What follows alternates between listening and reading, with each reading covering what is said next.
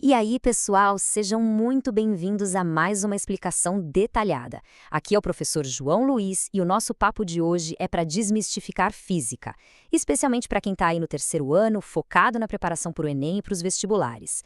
Nós vamos pegar aqueles conceitos de eletricidade que parecem super abstratos, corrente, potência, resistência, diferença de potencial e transformar tudo isso em algo incrivelmente claro e fácil de lembrar. O objetivo é dominar de vez esse assunto. Então, bora lá! O nosso roteiro hoje é bem direto. Primeiro, a eletricidade no dia a dia. Segundo, corrente e tensão. Terceiro, corrente contínua e alternada. Quarto, resistência e as leis de Ohm. E para fechar, potência e consumo elétrico. Ponto número 1. Eletricidade no dia a dia. Vamos dar um passo para trás e olhar a visão macro da coisa. É engraçado como a gente se acostuma rápido com o conforto, né? Um banho quente maravilhoso numa noite fria, o celular carregando na cabeceira, as ruas iluminadas, a TV ligada na sala. A verdade é que nada disso seria possível sem os conceitos que nós vamos dissecar agora. Acaba virando rotina e a gente esquece que absolutamente tudo, desde a geladeira da cozinha até aqueles carros elétricos supermodernos, depende da manipulação de cargas elétricas. A física não fica só no quadro negro da escola, ela é literalmente a engrenagem invisível que faz a nossa vida moderna funcionar. Ponto número 2, corrente e diferença de potencial. Chegou a hora de entender os mecanismos invisíveis. Bom, o nosso ponto de partida é o coração da coisa. Corrente elétrica é o movimento ordenado de cargas elétricas. E a palavra que tem que ficar gravada na memória é exatamente essa, ordenado. Imagina um fio de cobre qualquer. Lá dentro, os elétrons estão num caos total, pulando e trombando para todos os lados. Mas no instante em que a gente conecta esse fio a uma tensão, o caos acaba. Eles formam uma fila, uma marcha estritamente organizada numa única direção. Isso, e somente isso, é a corrente elétrica. Agora, tem um detalhe sobre a direção dessa corrente que sempre dá uma dor de cabeça, mas a gente vai resolver isso de vez. Existe o sentido real, que é o que acontece na natureza. Os elétrons livres são negativos, então eles naturalmente fogem do negativo e correm para o polo positivo, certo? Isso é realidade física. Mas, lá atrás, na história da ciência, a galera padronizou um sentido antes de entender tudo isso. Então, até hoje, a gente adota o sentido convencional.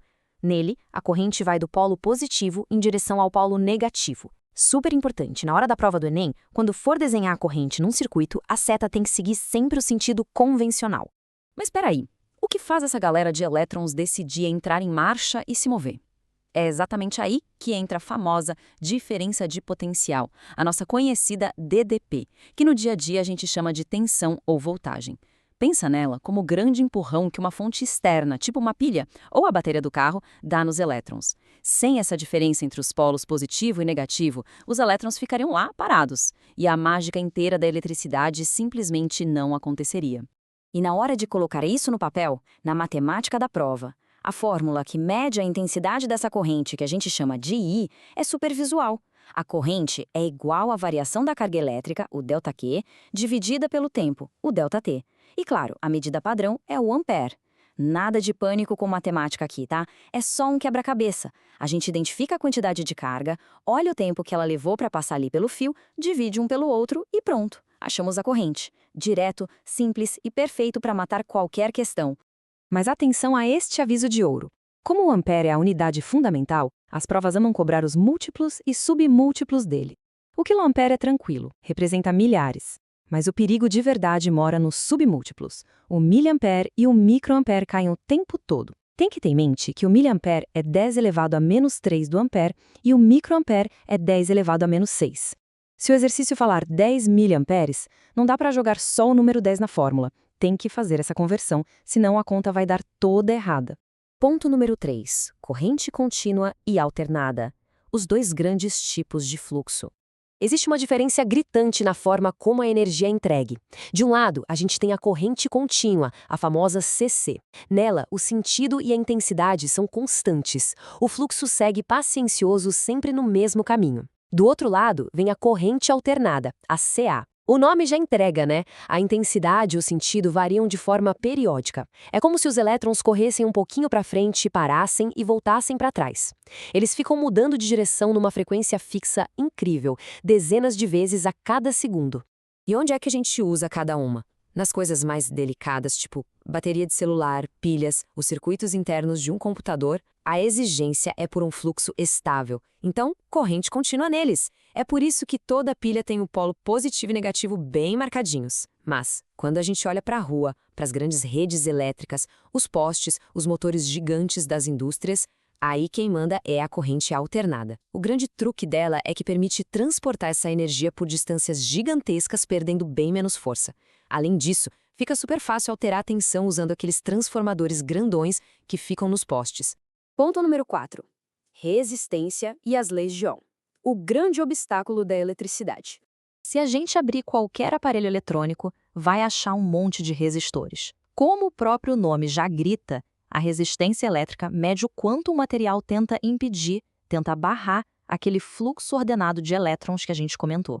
O resistor faz esse trabalho sujo de propósito, justamente para controlar a intensidade da corrente no circuito de um jeito seguro. E o que acontece quando os elétrons tentam passar na marra por esse bloqueio? Atrito. O componente esquenta. A gente pega a energia elétrica e transforma em energia térmica. A física chama isso de efeito Joule. É graças a essa resistência toda que a gente consegue tomar aquele banho pelando de manhã. E a matemática que explica isso é de uma elegância absurda, resumida na primeira lei de Ohm. Imagina um resistor que mantém o comportamento sempre igual, o que a gente chama de resistor ôhmico. Para ele, se a gente pegar a tensão, que é o nosso U, e dividir pela corrente, o I, o resultado vai ser sempre uma constante. E essa constante é justamente a resistência, o nosso R. Então, R é igual a U dividido por I. Basicamente, tensão e corrente crescem juntinhas numa proporção perfeita. Se a gente dobrar a força do empurrão, que é a tensão, a quantidade de corrente fluindo também vai dobrar.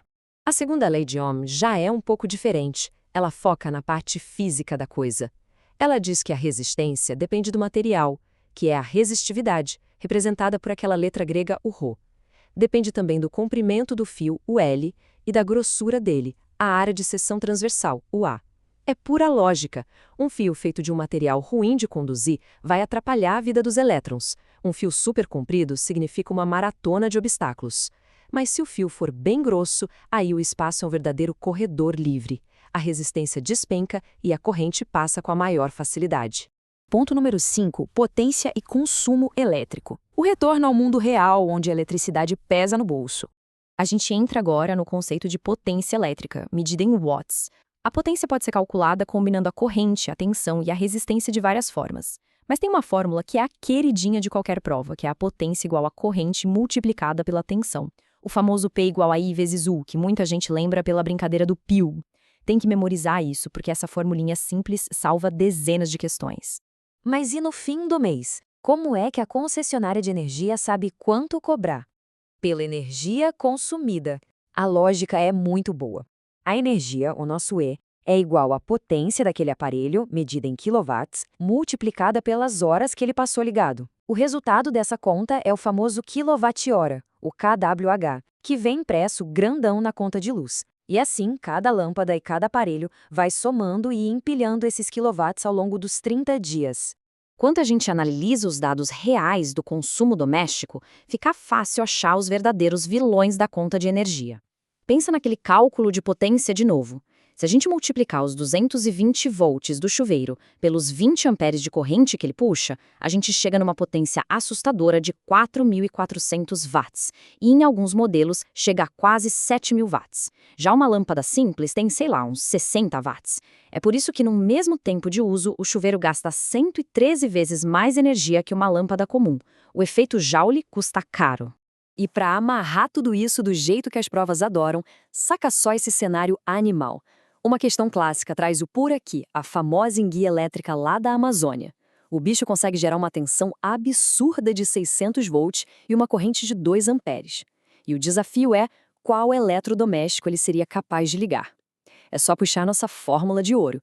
Potência é igual a U vezes I. Multiplicando 600 volts por 2 amperes, a gente descobre que essa enguia consegue produzir incríveis 1.200 watts num pulso de defesa. Aí, quando a gente pega esses 1.200 watts e vai comparar com os aparelhos da nossa casa, bingo, bate certinho com uma churrasqueira elétrica. É muito louco pensar nisso. Um ser vivo, no meio do rio Amazonas, consegue descarregar de uma vez só a mesma potência elétrica que a gente usa para assar uma carne no final de semana. Fica claro que as leis de Ohm e da potência valem tanto para as engenhocas que a gente inventa, quanto para a própria biologia. E isso leva a gente ao fim do nosso bate-papo de hoje com um questionamento gigante na cabeça. Se a natureza, pela evolução biológica, já descobriu como gerar, armazenar e descarregar 1.200 watts, assim, num piscar de olhos, quais outros segredos as estruturas dos animais e das plantas ainda guardam para o futuro da nossa tecnologia? Vale a pena usar tudo isso que a gente revisou hoje não só para destruir nas provas, mas para começar a olhar o mundo elétrico com outros olhos. Entender as regras básicas é o primeiro passo para criar o que ainda não existe. Foco nos estudos, um abraço gigante do professor João Luiz e até a próxima!